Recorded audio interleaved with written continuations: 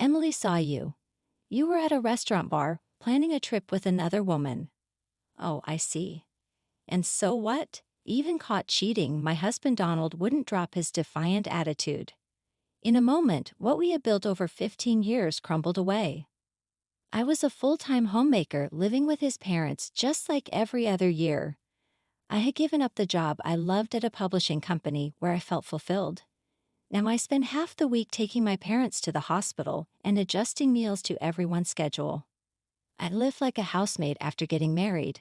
I had no time for myself. The only place I could relax was in our bedroom. Despite the spacious house, I had chosen this life because I wanted to be with my husband. The option of leaving never crossed my mind, so when my adulterous husband said, "We can get a divorce," I was at a loss for words. Feeling more amazed than angry, this is my story. I'm Sophie Johnson, turning 40 this year, leaving my husband Donald, with whom I lived for 15 years, and starting my life from scratch. It all started 2 months ago on the 25th. That day was payday for him, who worked at an electronics manufacturer. Usually his salary would be deposited into our joint account. I would use that money to pay our monthly bills and give him an allowance. In the evening, however, 2 months ago, his salary wasn't deposited into our joint account. I thought there must have been some technical glitch. So when he got home in the evening, I asked him about it.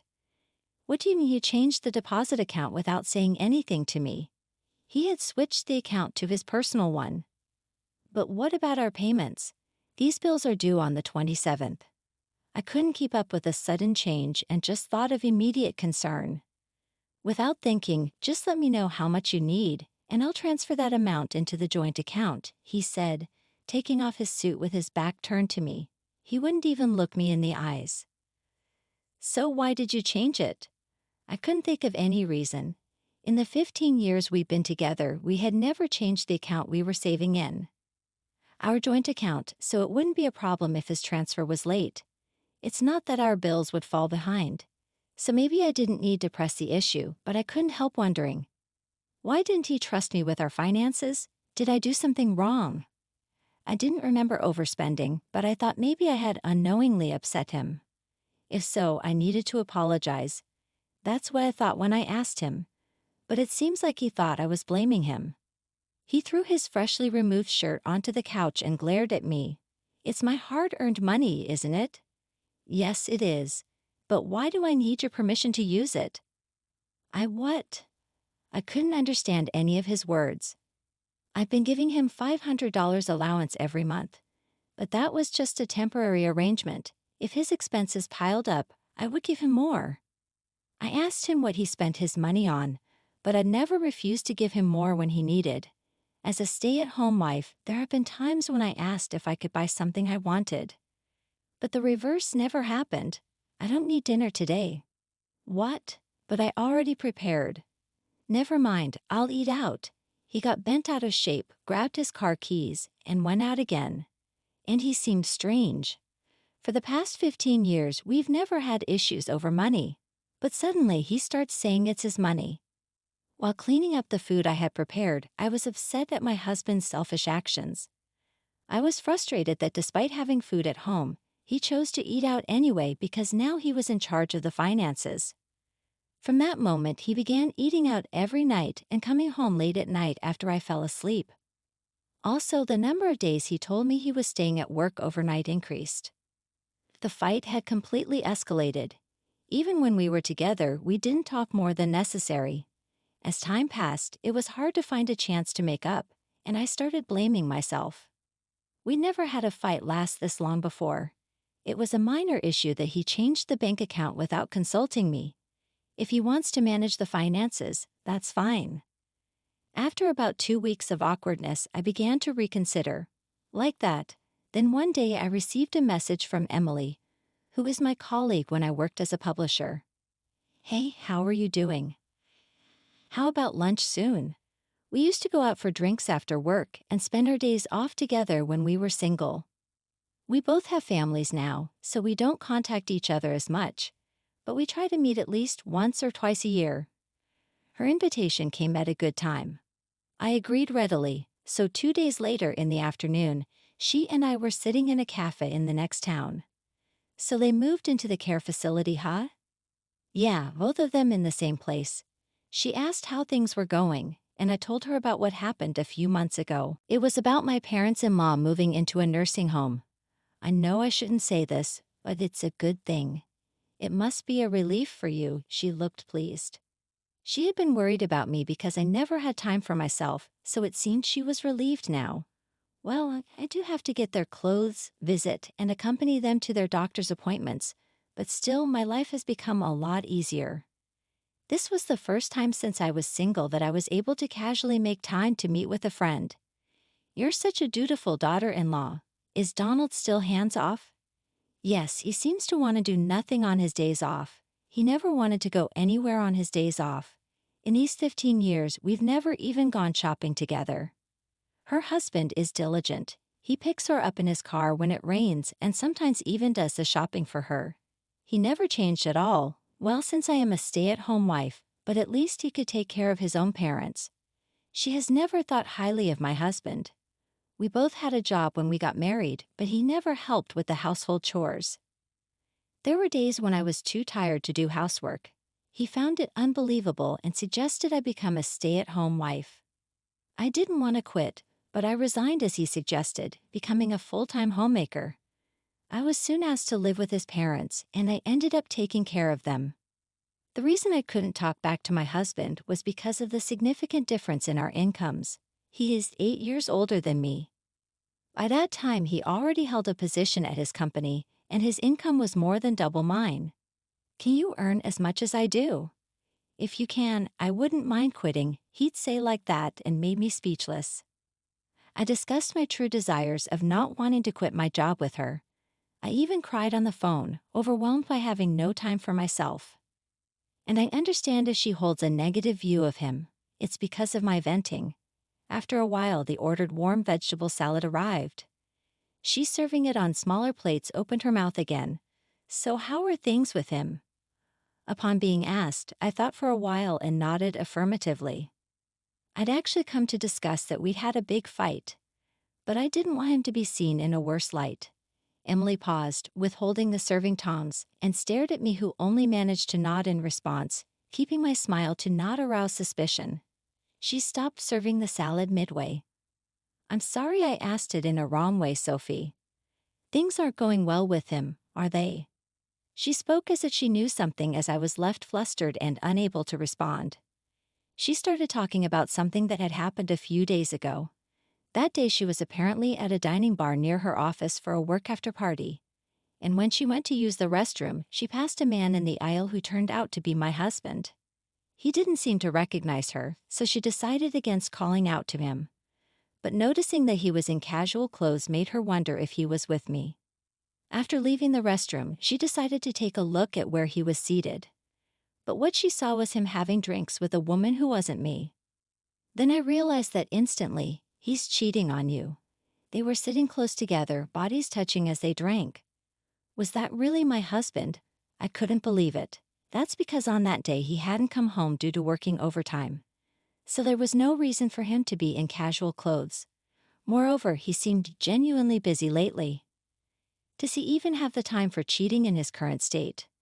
Although we've been on bad terms recently, I can't imagine him resorting to cheating. I just don't see him as that kind of person. Sensing my thoughts, she sighed and added, for the upcoming long weekend he mentioned going to a place in Malibu. He was showing information about the accommodations on his phone, mentioned something about a prime-grade steak dinner. You could probably find the hotel if you search from there. She started searching for the hotel on her phone, but while at the cafe, I was still hoping that it was just her misunderstanding. However, as soon as I got home, I started looking through his clothes. I don't remember how many clothes he has, so I can't say exactly what's missing. But I did notice that 2 or 3 of his favorite pieces are gone. Until last year, he would wear them right after washing, and they were always at the front of the drawer. Now they're nowhere to be found, even after searching every corner of the closet and the drawers in the rarely used cabinets. I've looked literally everywhere. The only thing I can think of is how busy he's been, working overtime and weekends. He once told me he spent a night in the company's restroom because he missed the last train. As I stood in front of the closet, I heard an email notification. It was a message from Emily with a link to a hotel in Malibu. I opened it and saw a stay plan that included dinner with prime-grade meat. I felt dizzy, like I was in a bad dream. There was a part of me that still wanted to believe in him, but I couldn't find his favorite shirt. That was a huge blow. 2 days later, the Saturday before a long weekend, he was unusually at home. He was working with the TV on. I placed a cup of coffee near his computer and casually asked, I haven't seen you wearing your favorite t-shirt this year. Even though he hadn't taken his eyes off the display when I put down his drink at this question, the sound of him typing on the keyboard suddenly stopped. Then he said, "Yeah, I'll wear it sometime," making a point of looking at me as he responded.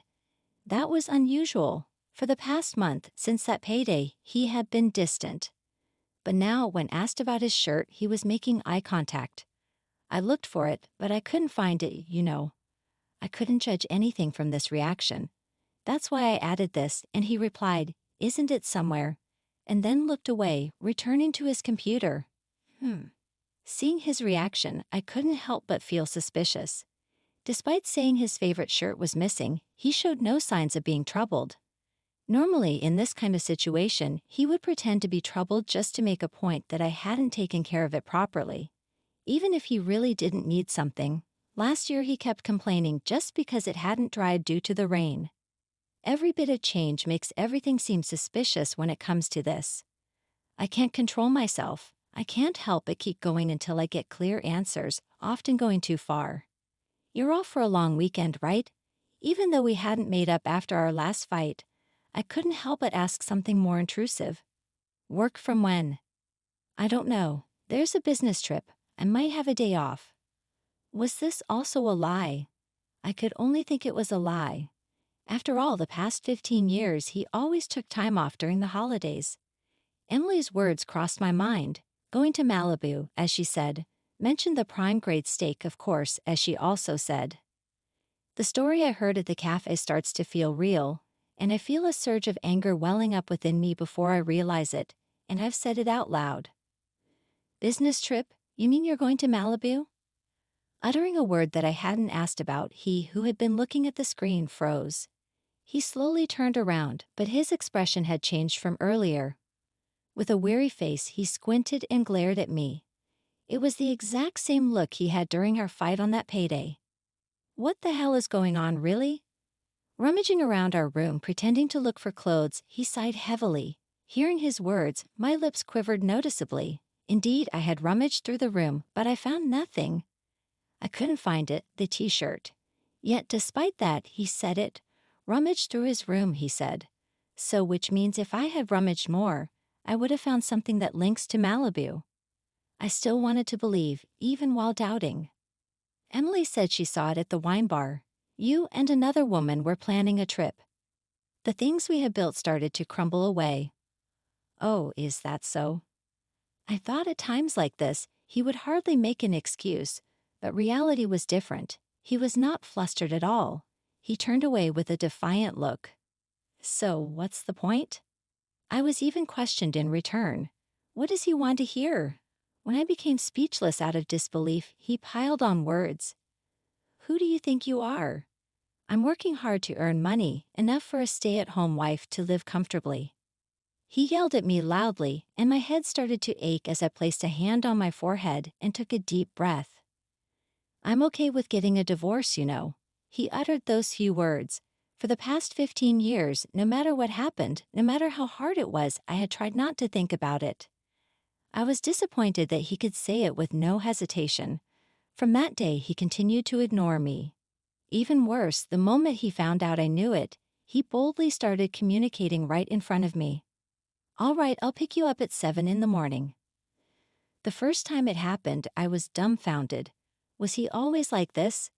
The person in front of me was a total stranger. As it was, we entered the long weekend and the day of his trip. I was in the car, driven by Emily, and silently watching him commit infidelity. "Sophie, did you get a shot of him putting his arm around her waist just now?" "Yeah, you should take as many photos as you can." When I told her about my conversation with him on Saturday, she was furious and told me I should break up with such a stupid man. She also suggested that I take photos as proof of his cheating and claim for emotional damages. She spent her much-anticipated weekend for this very purpose. The woman he was cheating with was around late 20s or early 30s, slim figure, wearing revealing clothes. Does he have a thing for her long hair? He stroked her hair over and over with a gentle smile on his face. Since he left the house, I'd also left promptly and watched everything from when he picked her up from her apartment, even when he stopped by a convenience store to buy breakfast together, even when they started walking arm in arm in front of the Monterey Bay Aquarium, and now they just entered a hotel together. I took pictures of all of it with my phone, but each time I pressed the shutter, I pondered over what I was doing. I knew it, but seeing it with my own eyes made me really sad. But I didn't shed a tear. I just stared at his joyful face. That was my day. What do we do now? Shall we stay somewhere for the night? No, let's head back. It seems she was planning to stay overnight, but I shook my head. I don't want to waste money I've saved by sprimping on such a thing. I thought our life as a couple had finally started after my in-laws had been placed in a nursing home. We hadn't been able to go on trips until now because we always took care of our parents first, but from now on, we wanted to create memories as a couple. The money I had planned to use for those times. I wonder if I just wasted 15 years. If I knew it would turn out like this, I wouldn't have married. If I knew I would go through this, I would have divorced him a long time ago. I shouldn't have had to endure and try so hard. Today, seeing his smile for the first time in a while, I wanted to redo those 15 years. Though I wanted to cry, I couldn't and just kept sighing. She had been quietly listening but suddenly started the car engine and checked the time. What time is it now? After 3 o'clock. Then she called somewhere and smiled at me. Hey Sophie, let's move out right now.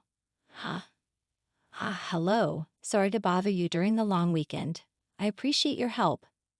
I was taken aback by her sudden proposal. She was about to start something. I was so in a panic and I shook my head at her while she was on the phone, but she ignored me and went on saying it's all good. From that moment, Emily was very energetic. While driving, she called various places on her car's navigation system and gathered people to come to my house. Then about 3 hours later, we actually had gotten home in the evening, about 2 hours after. But in just 1 hour, all my belongings in the house were packed into cardboard boxes.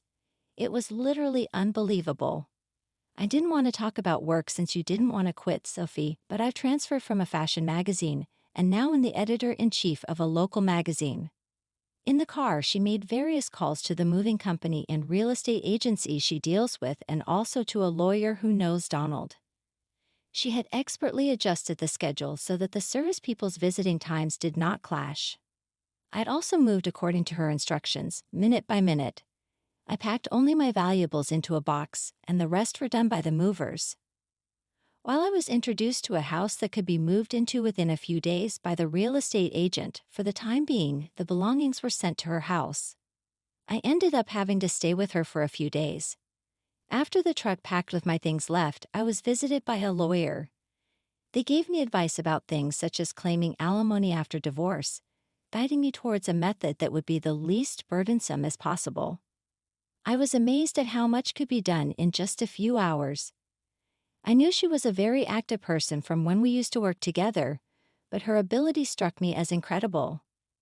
However, looking around the room that was now half empty, anxiety slowly began to creep in. He's definitely going to be mad. The cost of moving was surprisingly low. The studio apartment was affordable, and even the consultation with the lawyer was free. Yet it was still costing money. I made these moves without consulting with him. I'm sure he'll be furious when he gets back from his trip. As I felt our relationship deteriorating rapidly, I became depressed. Then she slapped my back. Hey, being a homemaker is a respectable job too. The money you've saved from being frugal is also yours. Plus, it's his fault. He said he transferred the necessary money, right? So let's have him pay even for the cost of living on your own. After being strongly persuaded by her, I took one last look around the house. I remembered how in the early days I had found it difficult to rearrange things. Now I just realized I did put my toner on the bathroom vanity with no hesitation. The shoe rack was filled with my shoes. I had always seen myself as a maid, but maybe I had actually become part of the family. After imprinting the image of the home I had lived in for 15 years in my mind, I made up my mind and nodded vigorously at her. And then on the last day of the long weekend, I left the house I had shared with him. I was still staying at Emily's place. "Where are you at?" I picked up the call from him with a trembling hand, and I was asked that with a grumpy voice. Without answering his question, I said the words Emily and I had decided on beforehand. "You said you were okay with a divorce, right? And that you would transfer the necessary money. I am divorcing you. Please provide for the cost of me living alone." "What? Stop talking nonsense and come back." He seemed to think this was just a runaway. I cut off his voice and spoke my final words. "Please have your new partner take care of your parents from now on. Thank you for 15 years. While he was still talking, I hung up. He called back several times, but I didn't pick it up. I did feel guilty about how I ended things unilaterally like this, but looking back, I had always accepted his unilateral demands ever since we got married. So I tried to think it is fine, at least in the last moment. The following year was a whirlwind. I negotiated with him through a lawyer and was finally able to divorce with alimony and living expenses assured. I had no peace of mind until I found a job, but I've been working as an office clerk at a local factory and slowly buying what I need with my monthly salary. Then Sophie, can you make the deadline this month? Yeah, I'll make it, but I think I'm going to barely make it by the deadline, so I don't have time to chat on the phone. All right, I'll go now. You have your piece this month too. 6 months ago, Emily, who manages our local magazine, added a news section about saving money, and as a frugal person, I've been given a chance to write a couple of pages there every month. I gave up on my dream to work in a publishing company. Her arrangements mean a lot to me. Now I'm a writer, but I have 15 years of experience in budgeting as a homemaker, and I want to share my experiences wholeheartedly. I was able to make a fresh start, but then an unexpected call came in. "It's good to hear your voice sounds well." Mother-in-law. My mother-in-law called me from her nursing home. I had said my goodbyes to her before my divorce, but in that time I couldn't talk with her well. I hadn't contacted her since the last time, so I was surprised that she called. After talking about my father-in-law's advanced dementia, she updated me on my ex-husband's situation. What? He broke up? Yes, that's the case. He's foolish, isn't he? Between us, he was dumped before the divorce finalized. I see. Seems like his relationship with that woman has already ended. Well, that's expected, isn't it? Any young girl would run if she had to deal with taking care of seniors. So who is at the home now? Donald. He ended up leaving his big corporate job, but he's trying with his complaints. He's such a fool. He was able to work because of his wife supporting him behind. He still doesn't talk about his own infidelity. Sophie, breaking up with him was the right thing to do. My ex-husband hasn't changed, but it seems like he's struggling a bit. I found myself a bit relieved by hearing that. My usual stern mother-in-law chuckled and said, "Sophie, thank you. I was planning to ask you to try again with him when I called, but your voice sounds so lively, so I decided not to ask." In the roughly 15 years we lived together, I never had such a long conversation like this with my mother-in-law. Our relationship wasn't bad, but it wasn't good either. I listened to her voice. I assumed this would be the last time I hear from her, and I savored every word. It turned out for the best, she said so sadly, and my tears welled up. It's been a year since my divorce. Everything has been going well, and I've managed to make a fresh start. I've always had this lingering sense of regret, feeling like I wasted 15 years of my life. But then my mother-in-law called and said something unexpected. Thank you. She even mentioned she had planned to ask me to try again with her son. Though there's no chance of getting back with my ex-husband, hearing that from his mother made me genuinely happy. It felt like validation for everything I had done during those 15 years. I will never forget that phone call. Those years weren't wasted. Now